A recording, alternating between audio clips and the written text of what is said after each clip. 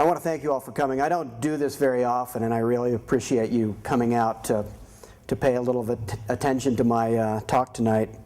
It means a lot to me to be a part tonight of the museum speaker series because building the museum has meant a lot to me. I had the happy experience of spending my formative years as a climber surrounded by people who had the same passion for the activity and the endeavor that I did. I left the state of Oklahoma, but I moved to Wyoming during the summers of my college years and immediately after graduating to work for the National Outdoor Leadership School. This was the view from my backyard when I finally had a home after living out of my truck for many, many years. And the Wind Rivers were my stomping grounds. The Wind Rivers were the place that I spent my summers every year, springs in Alaska, winters either in the Canadian Rockies or down in South America. This is a view of Mount Hooker on the left, a 2,000-foot big granite wall in the Wind Rivers, one of the first places that big wall techniques from Yosemite were exported to wilderness backcountry terrains back in the 60s by Robbins and Chenard. The Wind Rivers are still a very remote range in many respects. There are portions of the Wind Rivers where people can be found all over the place and they're very well traveled, or cirques like this, which to this day I call my own. I don't know really of any other people who've done routes in this cirque besides me and my partners. It's kind of it's got a barrier of entry here with a big boulder field at the base, and it's not quite as stunning as some of the other cirques in the Wind Rivers.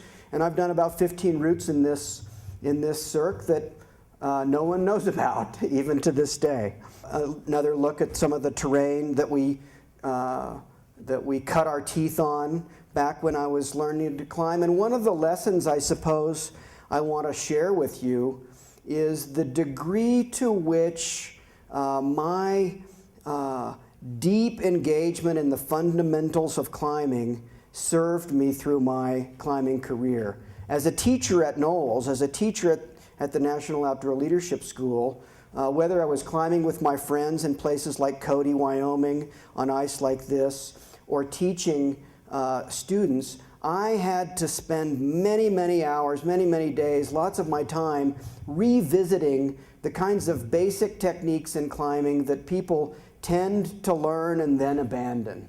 How many times does a climber go out and practice self-arrest? Well, you know, if you're a climber, you probably don't go out and practice your self-arrest. You learn it, you know you've got it in your back pocket.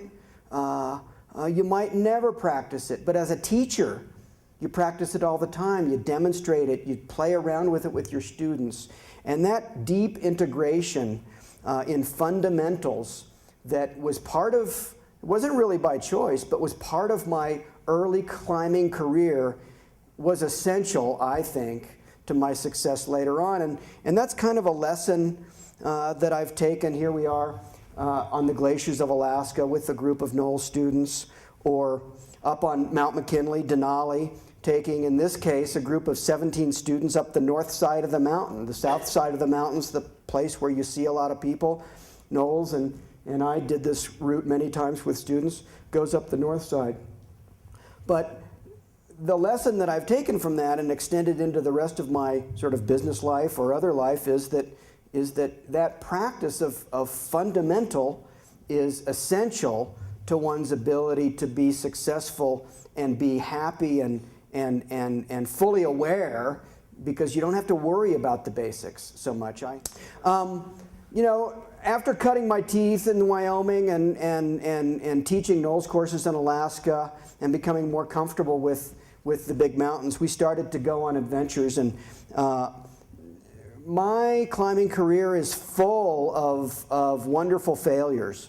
I spent, you know, the second thing that I want to share with you that I think is very important is that people matter. The thing that mattered most for me in my climbing was choosing great partners, not choosing great routes or choosing great destinations. But it was the people that I climbed with. And I have some lessons that demonstrate that that's the right way to do it, and I also experienced some moments when I wasn't necessarily with the right group of people, and learned that people really do matter to me more than any other thing. And so the people that did matter to me started to go on to bigger and better adventures, and we chose things that we thought were appropriate for us, and we also, I think, made good decisions. So we didn't always get to the top, but we always came back, and we always kept our fingers and toes. One of my first big adventures in Alaska, after climbing Denali a couple of times by more reasonable routes, was something called Mount Baril here, and we made the first attempt on this Cobra pillar. We didn't get to the top. We only made it up to about right here, and a 4-day storm ensued, and we descended the route. We descended this. We moved over to this side of the pillar and rappelled about 30 rappels to get back down. And I remember Jim Denali, who later became my boss here at the American Alpine Club as chair of the board, did complete this route several years after I did. And he and his partner Jack Tackle came up to me and they said, boy, you left some big anchors in that descent route, which of course they took advantage of when they descended. And I sort of thought that their tone was a little funny, as if they didn't like those anchors so much, but they were very happy to be very safe on their descent. And here are just a couple of shots from that climb. And I'm going to introduce you to my main climbing partner. His name's Greg Collins. And Greg is a humble guy.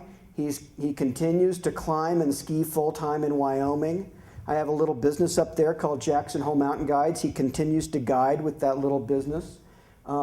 But most of the stories you're going to see tonight, though they're my stories, depend on Greg, because Greg was the guy that I could be in the mountains with and trust, and the feeling was mutual, and he's also an extraordinary talent.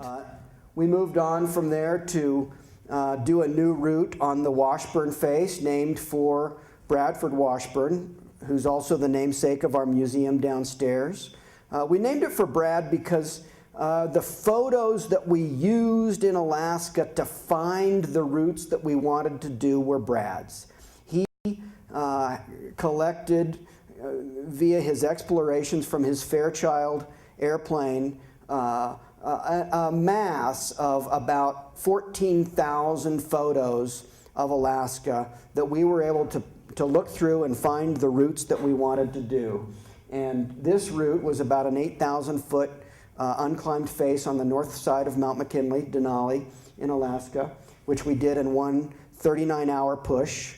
We did stop for 3 or 4 hours at one point to brew up and have a meal.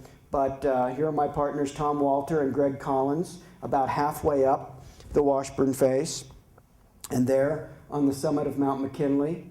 And the route itself, I don't know if this page from the American Alpine Journal tells the story very well, but you can see the route line going up here, and it gains the west buttress at 16,300 feet and goes on up. And I remember after summiting and heading back down to the 16,000-foot point, we yodeled down to the climbing rangers who have a camp at 14,000 feet, and they started grilling grilled cheese sandwiches. And by the time we got down from 16,000 to 14,000 feet, they'd made 36, and we ate them all.